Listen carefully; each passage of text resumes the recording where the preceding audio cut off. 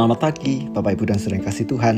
Mari kita akan memulai hari yang baru ini dengan kembali melanjutkan pembacaan firman Tuhan di kitab Mazmur pasal 73. Mazmur Asaf.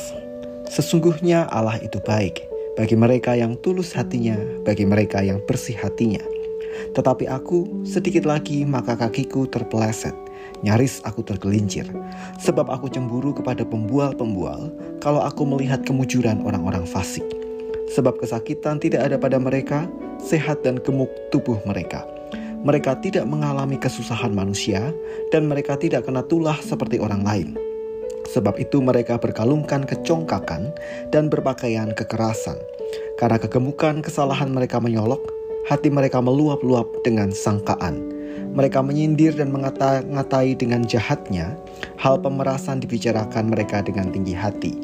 Mereka membuka mulut melawan langit, dan lidah mereka membual di bumi. Sebab itu orang-orang berbalik kepada mereka, mendapatkan mereka seperti air yang berlimpah-limpah. Dan mereka berkata, bagaimana Allah tahu hal itu? Adakah pengetahuan pada yang maha tinggi? Sesungguhnya itulah orang-orang fasik. Mereka menambah harta benda dan senang selamanya.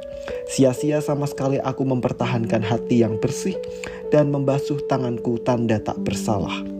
Namun sepanjang hari aku kena tulah dan kena hukum setiap pagi. Seandainya aku berkata, aku mau berkata-kata seperti itu, maka sesungguhnya aku telah berkhianat kepada angkatan anak-anakmu. Tetapi ketika aku bermaksud untuk mengetahuinya, hal itu menjadi kesulitan di mataku, sampai aku masuk ke dalam tempat kudus Allah dan memperhatikan kesudahan mereka. Sesungguhnya di tempat-tempat licin kau taruh mereka, kau jatuhkan mereka sehingga hancur. Betapa binasa mereka dalam sekejap mata, lenyap habis oleh pada waktu terbangun ya Tuhan, pada waktu terjaga rupa mereka kau pandang hina. Ketika hatiku merasa pahit dan buah pinggangku menusuk-nusuk rasanya, aku dungu dan tidak mengerti seperti hewan aku di dekatmu. Tetapi aku tetap di dekatmu, engkau memegang tangan kananku.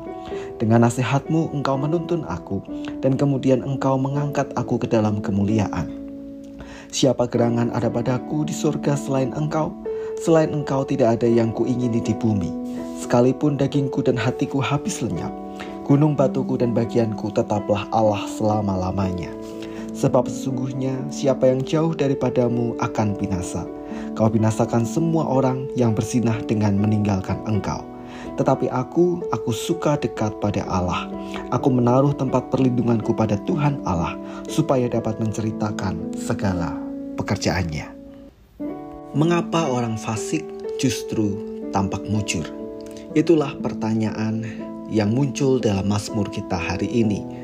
Mazmur yang memulai pada jilid yang ketiga ini mempertanyakan nasib orang-orang yang percaya kepada Tuhan, namun diizinkan mengalami berbagai pergumulan, berbagai tantangan, bahkan kesusahan.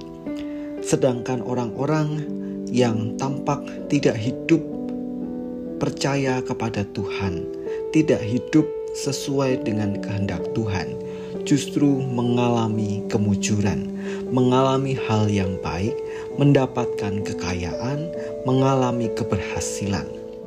Mengapa hal itu terjadi? Kadang kita justru sering membandingkan diri kita dengan menempatkan diri sebagai orang yang mengalami pergumulan, dan kita melihat orang lain yang hidupnya di luar Tuhan, tetapi tampak mengalami hal-hal yang kita pandang baik. Kita menjadi bertanya-tanya kepada Tuhan, mengapa kita yang setia kepada Tuhan justru mengalami kesusahan, sedangkan orang lain yang tidak hidup di dalam Tuhan mengalami hal sebaliknya.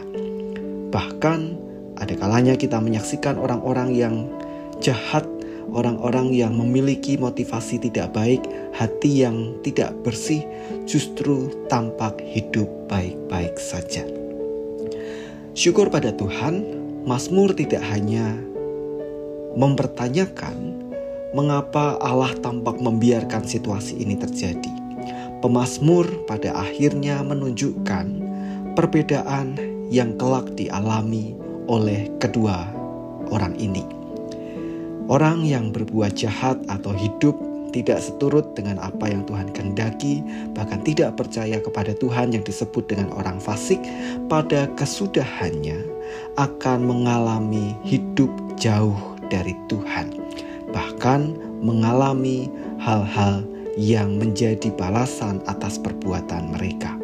Sedangkan orang yang setia kepada Tuhan meskipun mengalami banyak pergumulan, ia akan mengalami hidup bersama dengan Tuhan. Dan itulah keuntungan kita sebagai orang yang hidup di dalam Tuhan. Kita hidup dalam penyertaan Tuhan sekalipun kesusahan, penderitaan, pergumulan terjadi.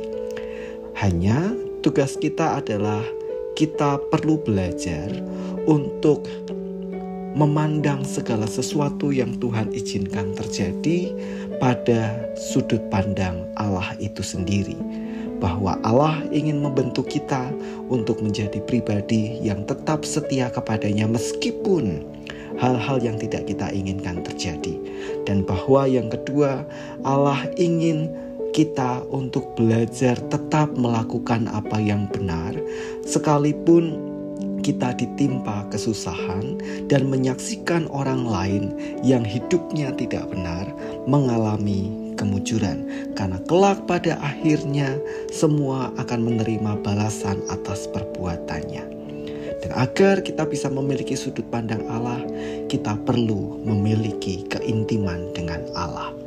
Pemazmur yang menggambarkan diri ia masuk ke tempat kudus Allah, dia ditunjukkan segala kesudahan yang terjadi pada orang-orang fasik itu.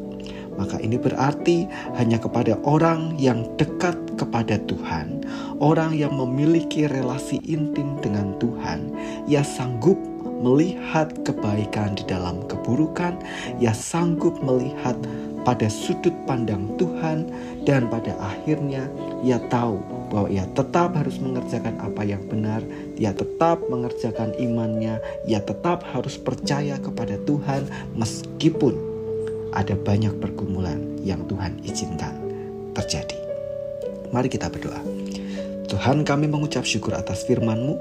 Tolonglah kami agar kami tetap setia kepadamu di tengah berbagai pergumulan yang terjadi, dan tanpa harus membandingkan diri dengan orang-orang yang hidup di luar Tuhan, yang hatinya tidak murni dan bersih, bahkan tidak segan-segan berbuat jahat dan mengalami kemujuran. Meskipun ada banyak pergumulan, ada banyak kesusahan, ada banyak hal yang Tuhan izinkan terjadi dan tidak kami inginkan, kami sadar itu adalah cara Tuhan untuk membentuk kami menjadi umat yang setia dan umat yang hidupnya benar di mata Tuhan. Dan pada kesudahannya, semua akan menerima balasan seturut perbuatannya. Kami menyerahkan aktivitas kami sepanjang hari ini ya Tuhan. Mohon Tuhan memberkati. Di dalam nama Tuhan Yesus kami berdoa. Amin.